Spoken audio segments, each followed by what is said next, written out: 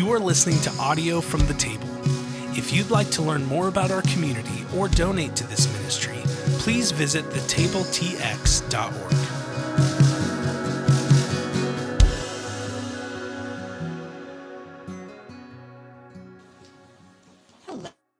Hello, my name is Karen, and I have the honor and joy tonight of introducing a good friend of mine. So would you all welcome Dr. Aaron Brownbrook up here? Yeah, come on up. Yeah. So Aaron is a good friend, one of my favoriteest people in the whole wide world. He's married to one of my other favoriteest people in the whole wide world, Lance, right here. And gosh, I mean, just thinking through how I would introduce you, you guys, this guy does it all. He does it all. Counselor, psychiatrist, tennis pro, Comic-Con fan, loving husband, bonus dad, like all the things. And it is such a pleasure that our community has the chance to listen to Aaron, learn from him. And so he's also going to give a message that has my most favorite message title ever. So without further ado, Dr. Aaron Brownbrook.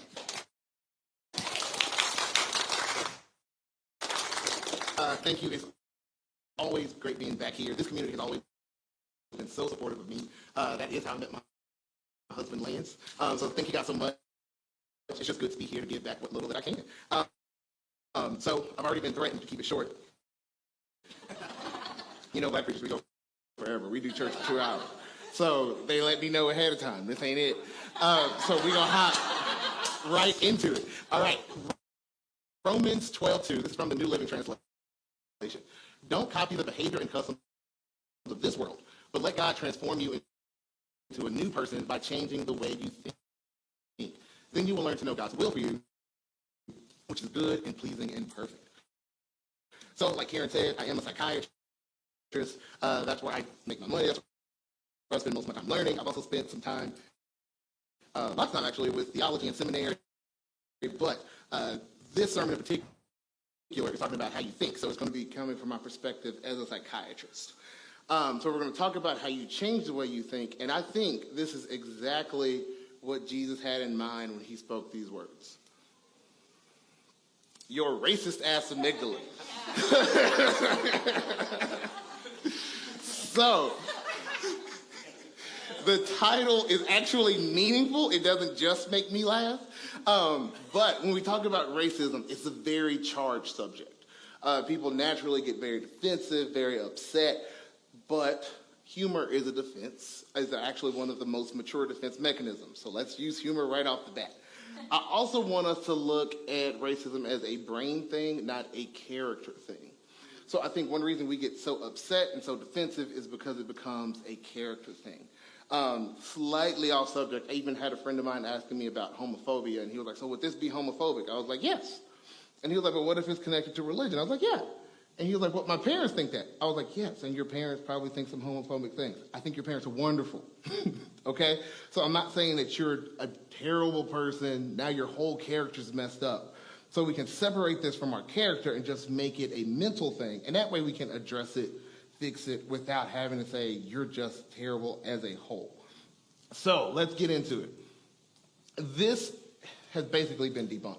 But if you listen to any podcast for the last 10 years, people love to talk about this three-parted brain. It shows up all the time. People like your lizard brain, mammal brain, your human brain. It doesn't really work that way. But for us as novices, it's still a good model and a way of thinking about things. So as we evolved over time, our brain basically evolved to do different things. So your most basic brain, the lizard brain, it just keeps you functioning. You breathe, you do the things that you have to do to live. It's all about automated responses. So something happened and I automatically responded either to defend myself. That comes from that part of the brain. The mammal brain is a little bit further along, but not much. We're thinking about memories, habits, attachments. What you will see is that each stage, what you get is something where I get to choose my actions more and more. At the lower stages, it's kind of whatever's built in there flies out. At the higher stages, we kind of make our own decisions. And that's the neocortex. That's our prefrontal cortex. If you know someone with dementia, it's the prefrontal cortex that they start to lose. So they become very impulsive. All of a sudden, your grandparent has said something you never thought they would have said or done something really wild. It's because they start to lose prefrontal cortex. But what we're going to look at is the amygdala, which is a part of the mammal brain. So your amygdala actually comes from a Greek word meaning almond, because it's just that little green almond-sized part of the brain. It stores emotional energy. Amygdala is very, very pertinent as it comes to PTSD. So emotional memory and like how we would respond naturally based on those things, that's all the amygdala. So let's look at its role in racism. So I'm going to use a lot of studies because, again, racism comes from the amygdala. It's very automated. So I like to look at studies because that takes us out of our automated responses. This is what I thought. This is my experience. And I may have experienced the things, but that doesn't mean it's what the whole world experiences. But studies kind of give us an objective look at what do we look like as a society. So I think this is a great one. This was done in 2006. They took 150 white college students from a very liberal college, and they basically had 2 buttons.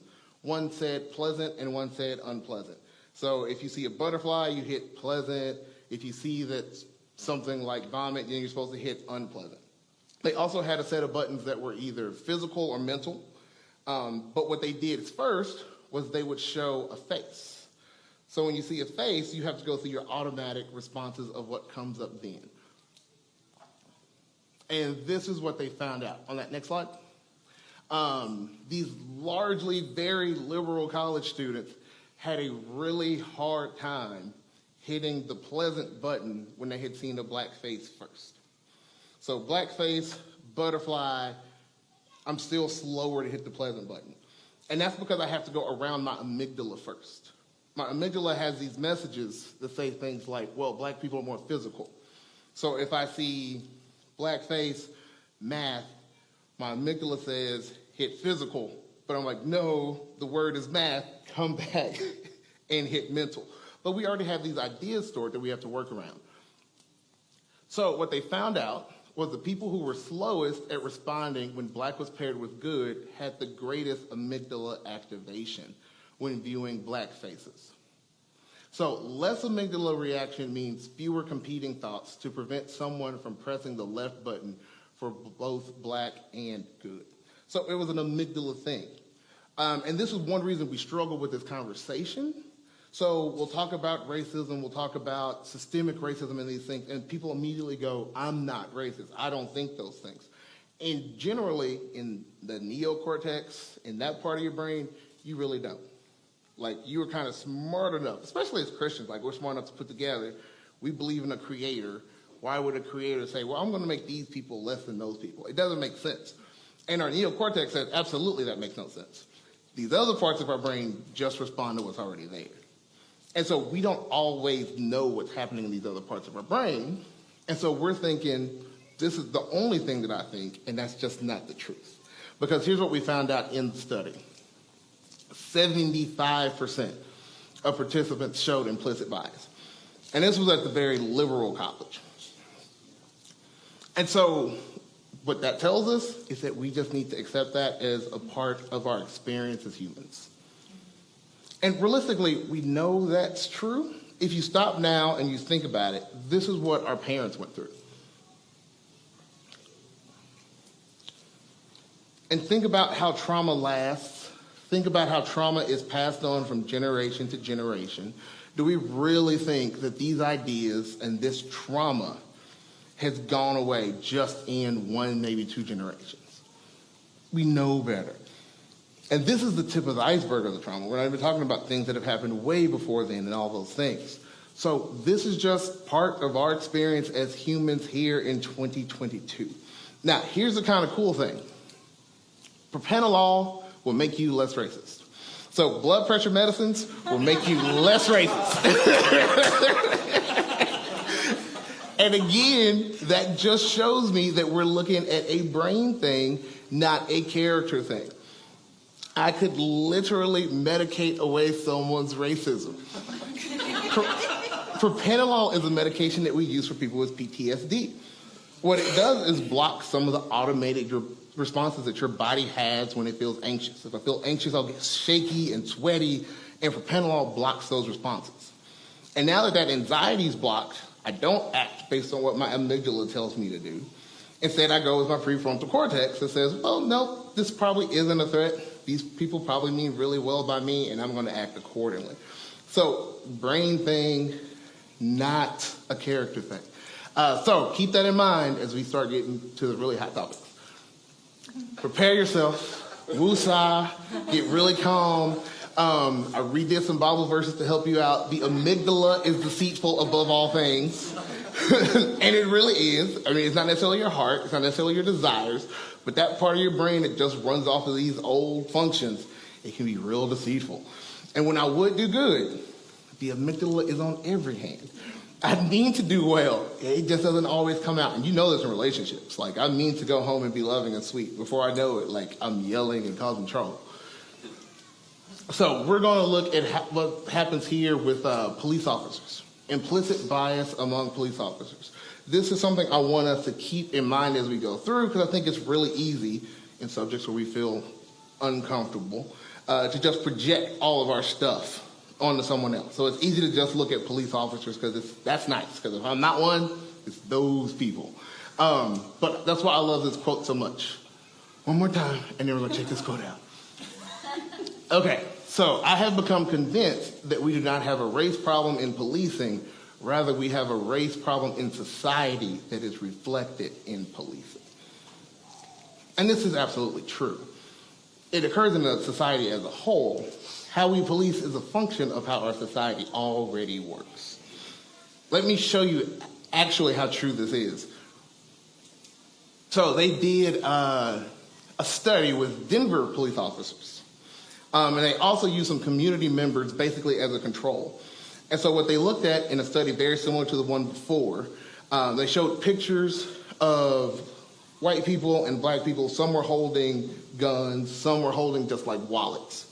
And basically you have to hit the shoot or don't shoot button. So you have to be quick to identify, is that a threatening object in their hand or is it not?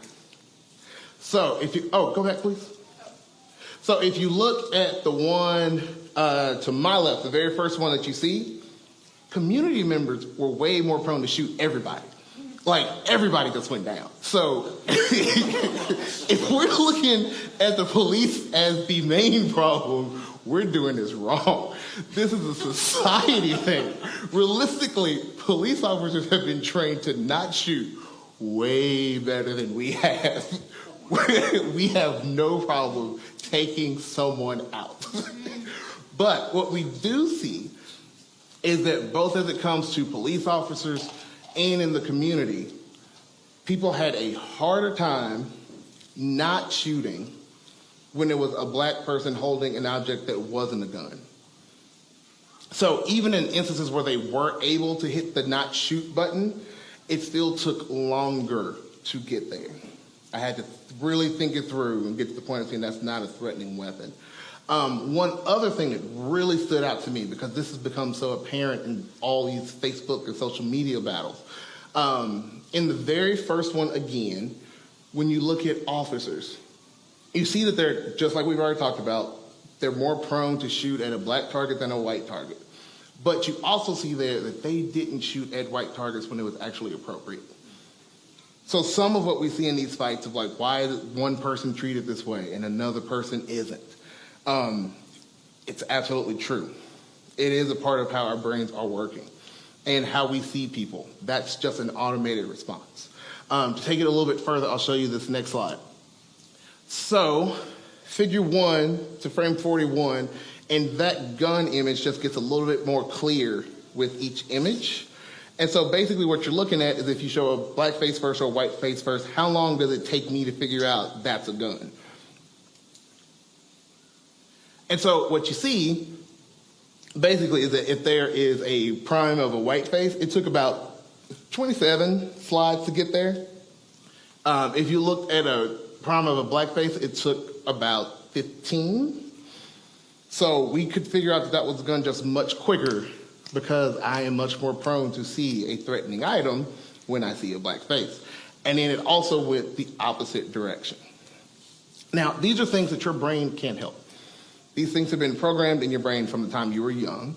To make it clear, it's not that you were born with those things, but by the time that you are 3 or 4, think about how many messages your kids pick up by the time they're 3 or 4. Things that you haven't even said to your kids, insecurities that you have that you've tried your best to protect your kids from, and like all of a sudden this 4-year-old has some random insecurity that you have too, and you're just like, what did this come from? We pick up messages very quickly.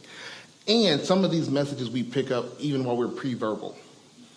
So, of course, we can't come back as adults and say, this is the message I picked up as a child. We don't even know it. It's just in there that deep, and it comes out without us even knowing it. So how does this play itself out in policing? This is a good one for me to look at because it just statistically shows it. The risk of harm to Black and Hispanic males in particular is much higher because they're stopped at a much higher rate. They're also searched at a much higher rate. And I love the fact that this study was done. It was 1.8 million police stops in California. So again, we're not even in Texas. We're in California. And it was found that Black people were far more likely to be stopped for reasonable suspicion. And were 3 times more likely than any other group to be searched, even though searches of white people were more likely to turn up contraband. So this is how powerful it is. Like, my experience even now as an adult can show me something totally different. And even though my experience as an adult shows me totally different, I still just kind of act off of these things, these automatic responses that are coming from my amygdala. Let's take another look. So these statistics are actually hard to collect because not every police station collects. There's not like a central database where they get sent into. So really trying to find out what the numbers are is really, really hard.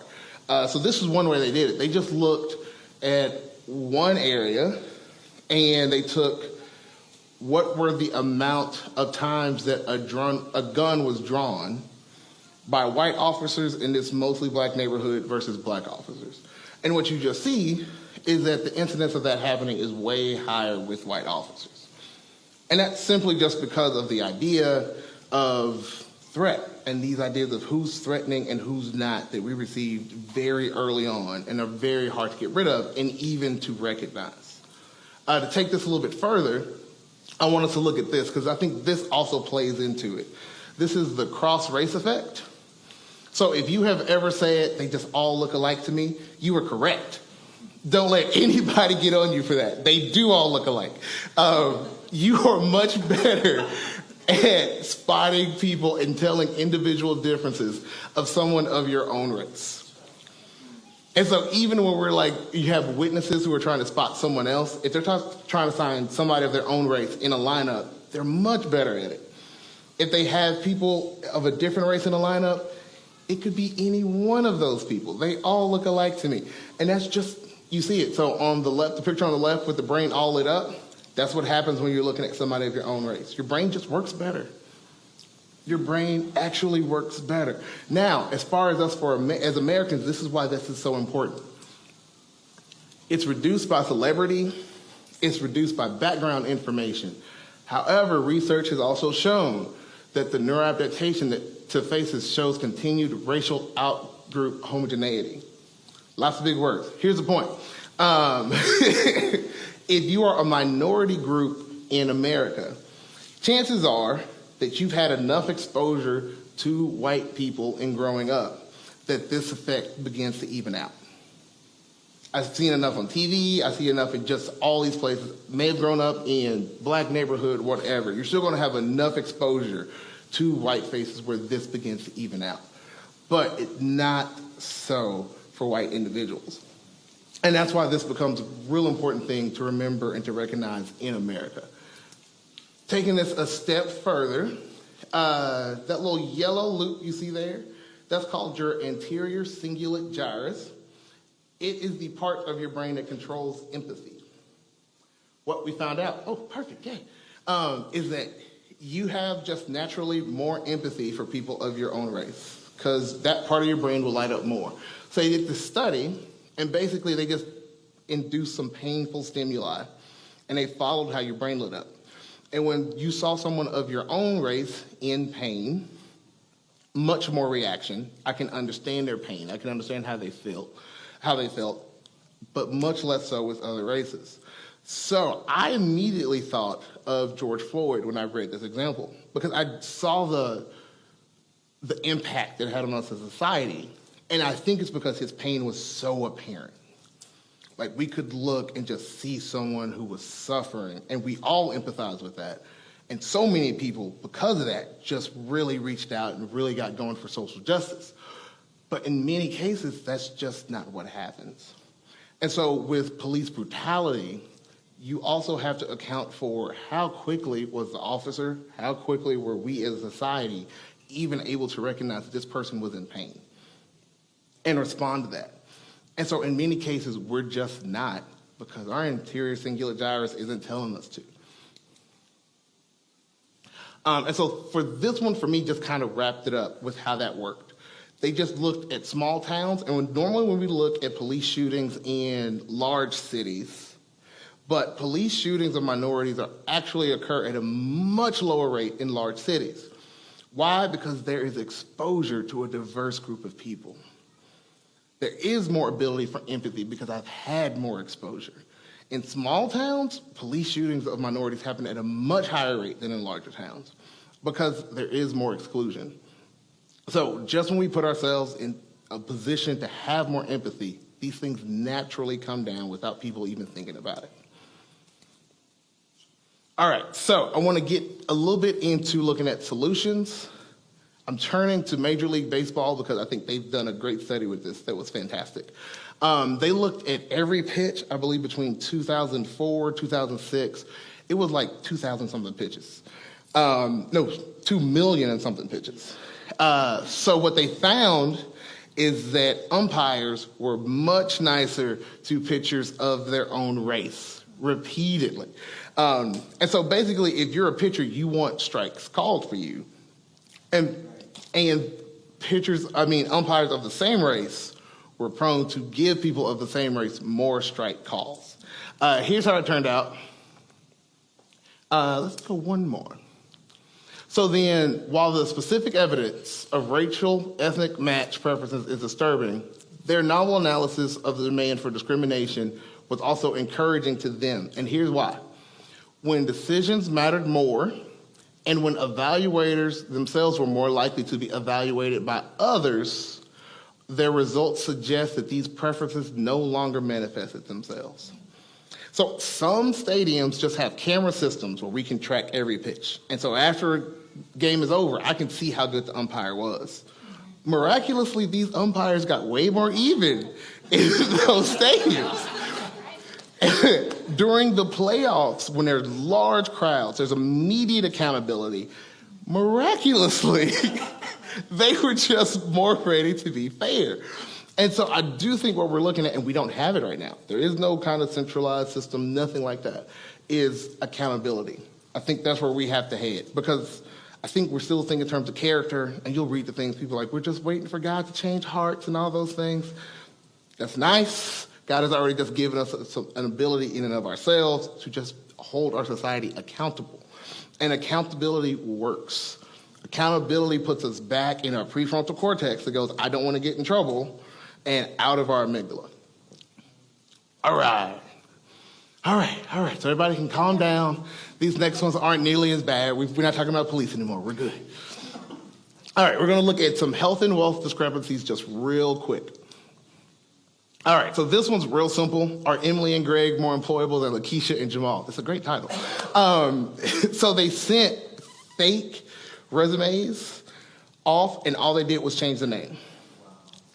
And so what they found was that people with white-sounding names were 50% more likely just to get a call back. Exact same resume. And then with higher quality resumes, as you go up, 30% more likely to get callbacks. So simply by the name on the paper, more likely to get a call back, exact same resume. It's just your amygdala. Let's look at this in medicine. This one hurt my heart because I spent so much time in residency. 2007, they took 220 medical residents and they just gave them vignettes just on paper. Same type of thing, so they're going to tell you whether what the race of the patient is. these residents were less likely to administer thrombolysis to black patients than they were to white patients, simply based off a clinical vignette. Like, it's not like because this person made me angry, I'm just looking at paper. But they also carried ideas that they were unaware of. Like, black patients were more obstinate, less cooperative, and things like that. Ideas they weren't even aware of that came out in how they treated those patients. So taking this just one step further, the effects of experiencing racism on cortisol levels, much, much higher. It's the big blue bar, much, much higher from cortisol levels in your body from experiencing constant racism. What are the effects of constantly elevated cortisol? Migraines, hostility, weight gain, arthritis, depression, hypertension, sleep deprivation. This really hit me because when I was in medical school, there were so many diseases that we covered. And I felt like at the end of them, there were so many higher prevalence in middle-aged African-American males, higher prevalence in middle-aged African-American females. How much of this is just the cortisol effect on the body? Okay, two more things that we'll just cover very quickly. So the idea of white fragility, I don't really love it. I think it just naturally sounds offensive. It's hard to get past. So I really want to kind of reframe it. I think the idea of it is basically this: cognitive dissonance. And that's why it feels fragile. The upper part of my brain is telling me one thing about myself. The lower part of my brain is producing something different. And our brain hates when that happens. We want everything to line up together. So when one part is saying one thing and another part is saying another, we feel very fragile. We get very defensive. We don't want to talk about it because I don't know how to reconcile these two parts of my brain. So I like the idea of cognitive dissonance. I think it's true. Just being like, oh yeah, white fragility, mostly not helpful. And so then lastly, white privilege. So the idea of white privilege for me, and the word privilege is hard because I think privilege naturally just has an economic undertone to it. We're not talking about undertone. It's just basically by being a majority population, I'm more prone to experience empathy. Just think about how that important that is. I can walk out of my house and be more prone to experience empathy if I need to get health care, when I go to the grocery store, if I need help from the police, from a fire person, any of those things.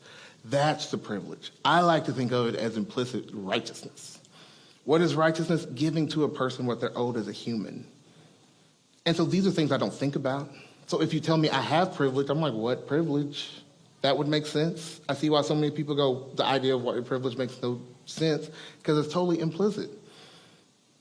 It's just getting what you deserve as a human. It's just easier for you from being a part of the majority population. That's all it is. So very quickly, go ahead and go a little bit forward. We're going to talk about some solutions. You all made it through. I'm very proud of everybody. No one threw a shoe at me. Thank you. I love you all. Okay, so how can we be anti-racist? That term is really important because it's not just I'm trying to say my prefrontal cortex, but I have to actually actively address my amygdala. It will not address itself. It's going to run wild. Amygdala gets activated really strongly with attachment. So like if you have seen yourself like dating and then all of a sudden getting close to somebody and blowing up, like why am I all of a sudden a crazy person? I don't know. Amygdala. And it does not stop on its own. So the first step is really just to acknowledge it. Like I kind of have this crazy thing inside of me that runs wild, whether or not I even agree. So let's all say it together. I have a racist ass amygdala. There we go. My church life is made. Thank you. Knowing is half the battle. G.I. Joe affirms you. Accountability.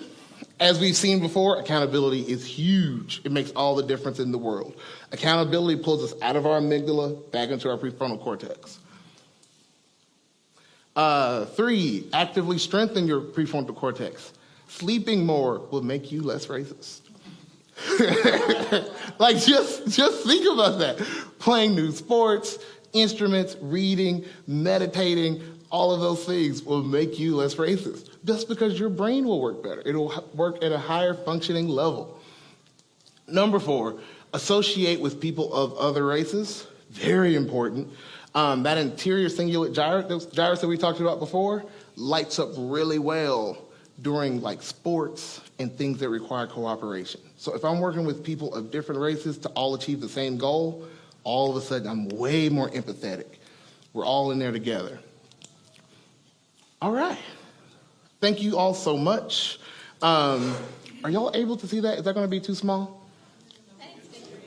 Okay, so I would love for us to read our prayer of confession together, and then we're going to slide right into our communion. Communion for us being especially important with what we just talked about.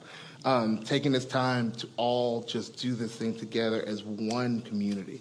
So if you'll read the prayer of confession with me. God of compassion and mercy, you sent us your Son as the Savior of the world and told us to love one another as much as you loved us. Yet we struggle to love one another. We have a hard time loving those who are not like us, who disagree with us, or who ask us to face the truth about ourselves. You told us to love one another because love is from God, and we often do not love those we think are dirty, hungry, lost, or undesirable. It is written that perfect love casts out fear, and yet we are afraid for our safety, our wallets, and how others perceive us. Forgive us, God, and show us how to love the way you command us to love. Release us from our judgment and our fear. Open our hearts so that they might receive your perfect love for us and offer it to the world.